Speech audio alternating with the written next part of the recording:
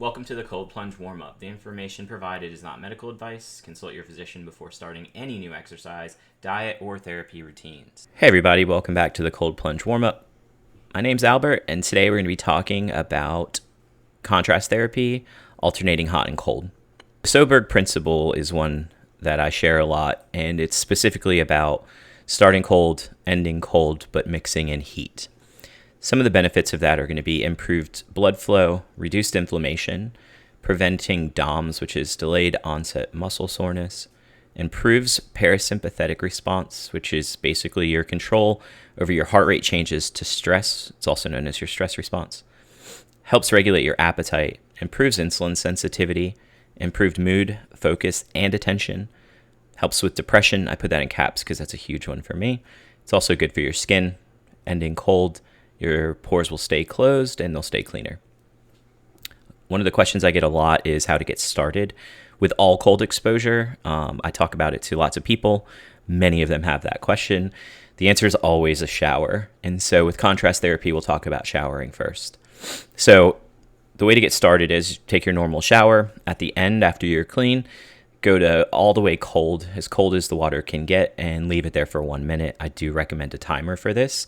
Without the timer, a minute seems like forever with the timer. And so if you don't have a timer going, you're probably not going to stay in it for the whole minute. After you do the minute in cold, you're going to go back to hot as you can stand for 1 to 2 minutes. As hot as you can stand is significant because you probably aren't taking your shower that way the whole time, but you do want to go to the extremes.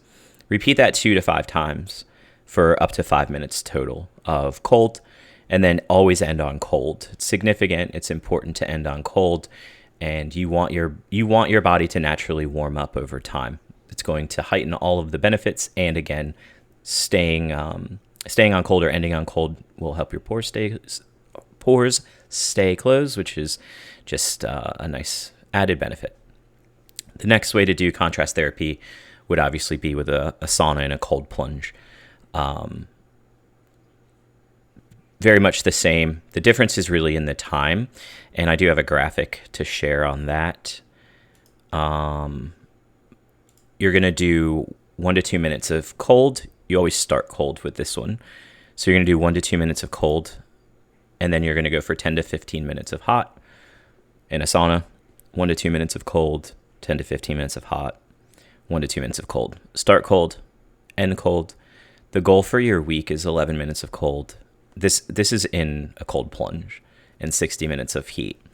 If you're doing cold showers, your weekly goal is going to be quite a bit higher because you're not going to be fully immersed. You're not going to have quite as cold a temperature. At least you're not going to have temperature regulation like you would in a cold plunge. So if you want to do that, the other way and the final way would be with hot and cold packs. That's normally going to be pretty specific to just injury recovery. Follow your doctor's advice on that because I'm not a doctor. So do whatever they suggest with heat and cold therapy on injury. This information I got came from this study, which is from 2014. It's so interesting how long this information's been available. It basically goes over all the things that I've talked about. I'll have a link to it in the description for this video so that you can reference it if you'd like to. Thanks for watching. If you have any questions, leave them in the comments. If you appreciate the information, make sure you like, comment, subscribe, and share the video so more people can see it. And I look forward to seeing you guys next time.